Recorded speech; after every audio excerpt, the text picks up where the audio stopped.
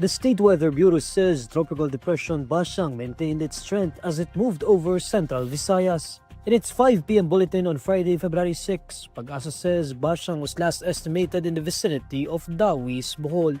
It packs maximum sustained winds of 55 km per hour and gustness of up to 75 km per hour.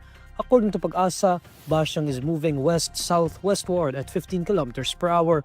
Tropical cyclone wind signal number 1 remains hoisted over 27 areas in the country where strong winds may bring minimal to minor impacts.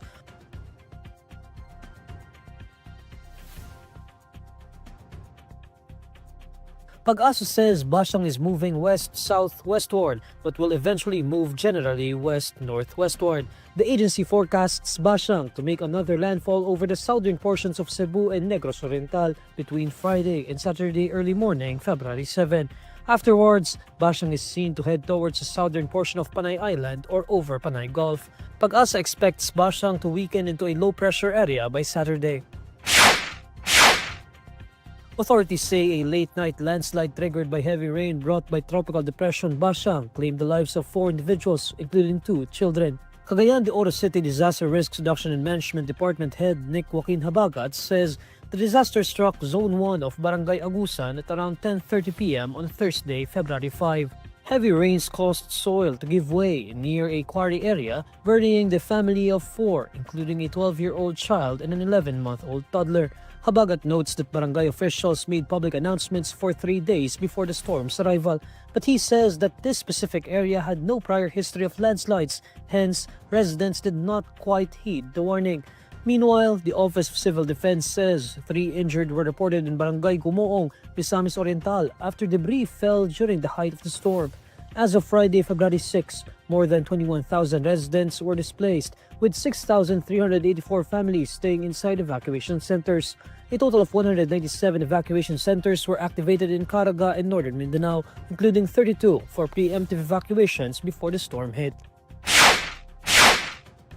President Bongbong Marcos says he was not worried about the impeachment complaints against him even before they were junked, calling these efforts a political move.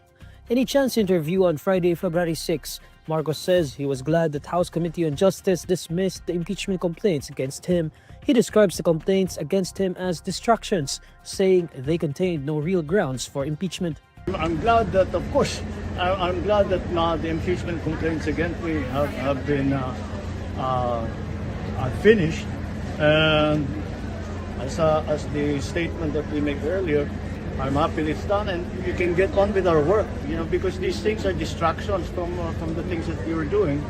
Although I wasn't very worried because I saw the impeachment complaint and I knew that that I would be all right in terms of the impeachment kasi wala naman. There were no real grounds for the impeachment. It was a political. In the first impeachment complaint against Marcos, only 1 lawmaker voted to declare it sufficient in substance, while 42 voted against the motion. 3 members of the Makabayan bloc abstained. Attorney Andre De Jesus filed the first complaint, which Pusong Pinoy Party List Representative Journey Jet Nisay endorsed. The complaint accused Marcos of betrayal of public trust and culpable violation of the Constitution, among other charges. Meanwhile, only 7 lawmakers voted to declare the second complaint sufficient in substance, while 39 voted against it, with no abstentions. The complaint filed by the Makabayan bloc alleged that Marcos committed betrayal of public trust over the adoption of the BBM parametric formula in allocating infrastructure projects. Industry estimates show yet another round of fuel price increases due to supply risks and geopolitical tensions.